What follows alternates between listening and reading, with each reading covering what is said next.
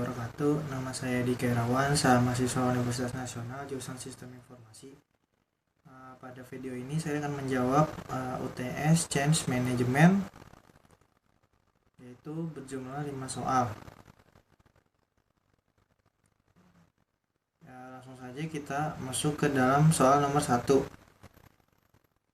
yaitu sebutkan dan jelaskan perubahan-perubahan dari perubahan tidak berencana, B. Perubahan berencana.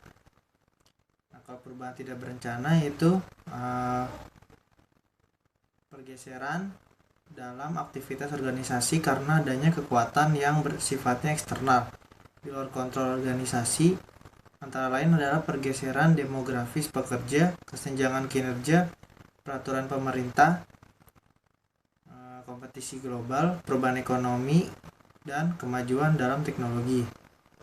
Yang kedua ada perubahan berencana atau planned change. Atau perubahan terencana adalah perubahan yang dirancang dan diterapkan secara teratur dan tepat waktu untuk mengantisipasi peristiwa di masa depan.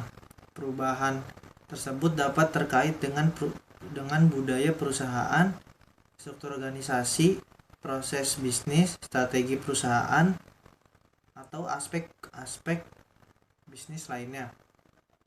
Nah, itu jawaban nomor 1. Kita akan masuk ke pertanyaan nomor 2. Sebutkan tahapan dalam melakukan manajemen perubahan. Nah, yang pertama ada menentukan posisi strategis. Fase ini adalah tahapan dalam suatu sistem berpikir di mana apa yang menjadi tujuan atau posisi strategis perusahaan bisa dijelaskan secara gamblang. Posisi ini yang akan dicapai dalam suatu perubahan perusahaan atau organisasi.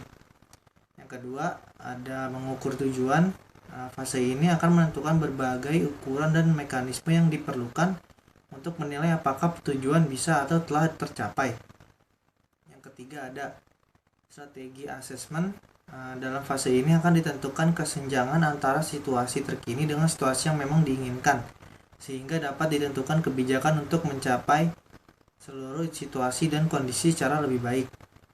Selanjutnya adalah aktivitas perubahan. Fase ini adalah fase penerapan dan penjelasan strategi yang selanjutnya akan diintegrasikan seluruh kegiatan, proses, hubungan, dan perubahan yang diperlukan untuk bisa mengurangi kesenjangan atau untuk menerapkan tujuan yang sudah ditetapkan pada fase A. Yang terakhir ada identifikasi lingkungan eksternal. Fase ini akan melakukan seluruh identifikasi lingkungan eksternal yang mampu memengaruhi perubahan. Hasil ini dari identifikasi akan memberikan arah dan perubahan yang kelak akan dilakukan. Nah, itu jawaban dari pertanyaan nomor 2. Kita masuk ke pertanyaan nomor 3, yaitu coba sebutkan ciri-ciri organisasi yang membuat perubahan menjadi sukses.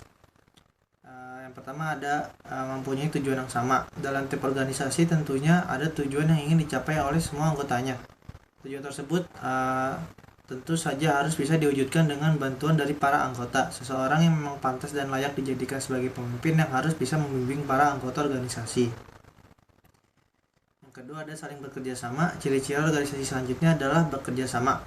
Jika organisasi ingin berjalan dengan baik, tentu saja harus ada kerjasama yang baik juga antara anggotanya.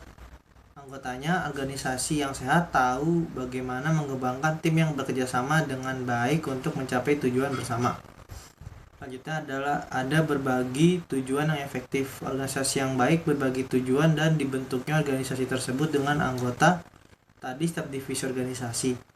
Tiap divisi berbagi tujuan dengan divisi lain dan membuat mereka bergabung dengan misi dan visi organisasi. Selanjutnya ada menawarkan peluang pelatihan. Ciri-ciri organisasi formal seperti perusahaan juga menyediakan pelatihan di tempat kerja dan peluang bagi karyawan untuk meningkatkan keterampilan terkait pekerjaan mereka. Selanjutnya ada moral karyawan tinggi. Ciri-ciri organisasi garis dan staf juga mempunyai moral karyawan yang tinggi. Organisasi yang baik memiliki moral karyawan yang tinggi. Kepemimpinan yang kuat. Kepemimpinan yang baik adalah salah satu ciri utama dari organisasi yang baik. Tiap anggota memiliki hubungan baik dengan pemimpin atau anggota lain yang didasarkan pada kepercayaan. Selanjutnya ada menangani kinerja yang buruk. Ciri-ciri organisasi juga tidak bisa lepas dari menangani kinerja anggotanya. Organisasi menghadapi kinerja yang buruk alih-alih mengabaikannya. memahami risiko. Organisasi yang baik memahami risiko yang mereka hadapi dan mengambil langkah untuk melindungi diri terhadap segala risiko. Ketika suatu peristiwa terjadi karena risiko organisasi yang baik belajar dari pengalaman tersebut. Yang terakhir ada beradaptasi dengan peluang dan perubahan. Organisasi yang baik tahu bagaimana mengenali dan memanfaatkan peluang yang baik. Organisasi yang baik selalu mencari peluang untuk tumbuh. Nah, itu adalah jawaban dari pertanyaan nomor 3. Selanjutnya kita masuk ke pertanyaan nomor 4, yaitu bagaimana cara mengubah budaya organisasi. Yang pertama, mengamati lingkungan yang berhubungan dengan 2 atau 3 tren yang akan memberi pengaruh pada organisasi di masa mendatang. Selanjutnya, menentukan implikasi dari tren tersebut. Selanjutnya adalah melihat kembali misi dan mempelajari tujuan organisasi serta memperbaiki serta menjadi pernyataan yang singkat, kuat. Selanjutnya ada melarang hierarki lama yang diwarisi dan membangun struktur dan sistem manajemen yang fleksibel dan cair yang melepaskan energi dan semangat orang. Selanjutnya ada menentang hal biasa dilakukan dengan mempertanyakan setiap kebijakan, praktik, prosedur, dan asumsi. Meninggalkan hal yang tidak berguna di masa sekarang dan akan datang dan hanya mempertahankan hal yang merefleksikan masa depan yang diharapkan. Selanjutnya ada berkomunikasi, beberapa pesan yang kuat dan menggerakkan yang dapat memobilisasi orang dalam misi, tujuan, dan nilai organisasi. Selanjutnya ada membagikan tanggung jawab kepemimpinan ke semua bagian di dalam organisasi sehingga hanya terdapat satu pemimpin dan memiliki banyak pemimpin pada semua tingkat organisasi. Selanjutnya pertanyaan dari nomor 5, sebutkan dan jelaskan teknik dalam mengurangi tantangan perubahan. Nah, ada beberapa teknik dalam mengatasi penolakan perubahan dalam sebuah organisasi, yaitu A. Edukasi, komunikasi, dan sosialisasi. Informasi mengenai proses perubahan yang terjadi dalam praktiknya akan selalu mendapatkan tambahan informasi yang kurang jelas yang berdampak negatif. Informasi yang tersebar menjadi simpang siur. Untuk mengatasi hal tersebut, kita harus melakukan beberapa cara. Pertama, lakukan proses edukasi atau pendidikan dan pengarahan kepada semua stakeholder dalam organisasi. Kedua, komunikasikan sesuatu dengan jelas. Komunikasi yang jelas dapat mengurangi dampak dari informasi yang kurang tepat dan informasi yang buruk. Jika anggotanya menerima informasi yang benar dan tepat, maka akan terjalin komunikasi yang baik. Ketiga, lakukan sosialisasi secara menyeluruh kepada stakeholder. B. Ada partisipasi, dengan memberikan kesempatan kepada karyawan untuk turut berpartisipasi dalam proses perubahan tersebut. Dapat mengurangi tingkat resistensi atau penolakan dari karyawan. Karena tidak mungkin penolakan tersebut di mana kita sendiri ikut dalam pengambilan keputusannya. Upaya partisipasi ini dapat menghasilkan keputusan yang bermakna, mengurangi tingkat resistensi, mendapat komitmen, dan meningkatkan kualitas keputusan untuk sebuah perubahan. C. Memberi dukungan dan komitmen. Dukungan dan komitmen perusahaan atau organisasi sangatlah penting dalam proses perubahan untuk meminimalisir rasa takut, kecemasan dari anggota atau karyawan.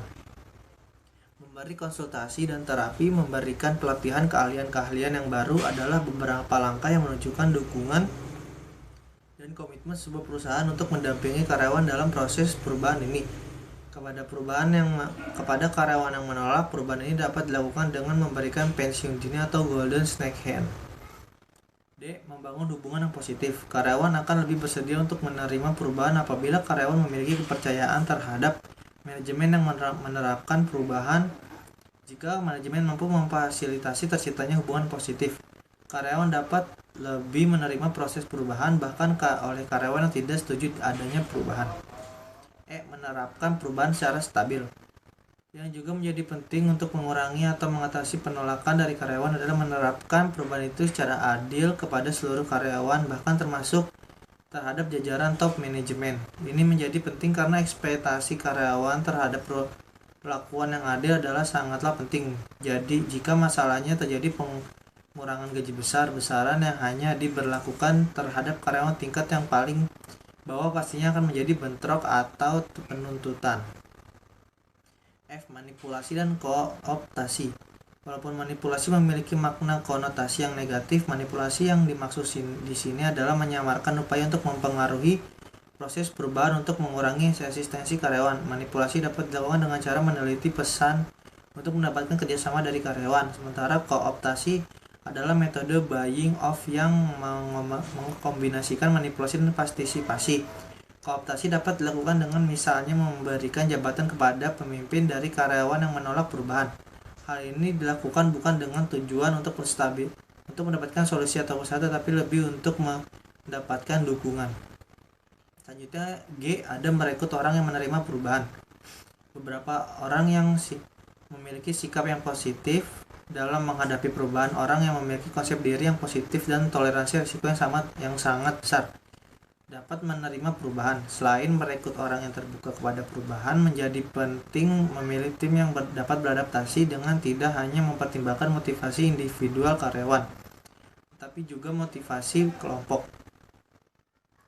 H, ada korelasi. Yang terakhir H, koersi. Maksud saya, hal ini merupakan tindakan terakhir untuk mengatasi penolakan perubahan dalam sebuah perusahaan atau organisasi. Koersi yang berarti tindakan ancaman secara langsung yang ditujukan kepada karyawan supaya para karyawan atau anggota lain dalam sebuah organisasi atau perusahaan untuk menerima perubahan yang sudah ditetapkan.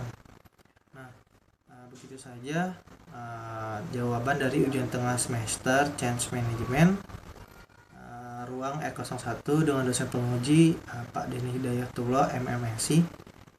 Kurang lebihnya mohon maaf. Wassalamualaikum warahmatullahi wabarakatuh.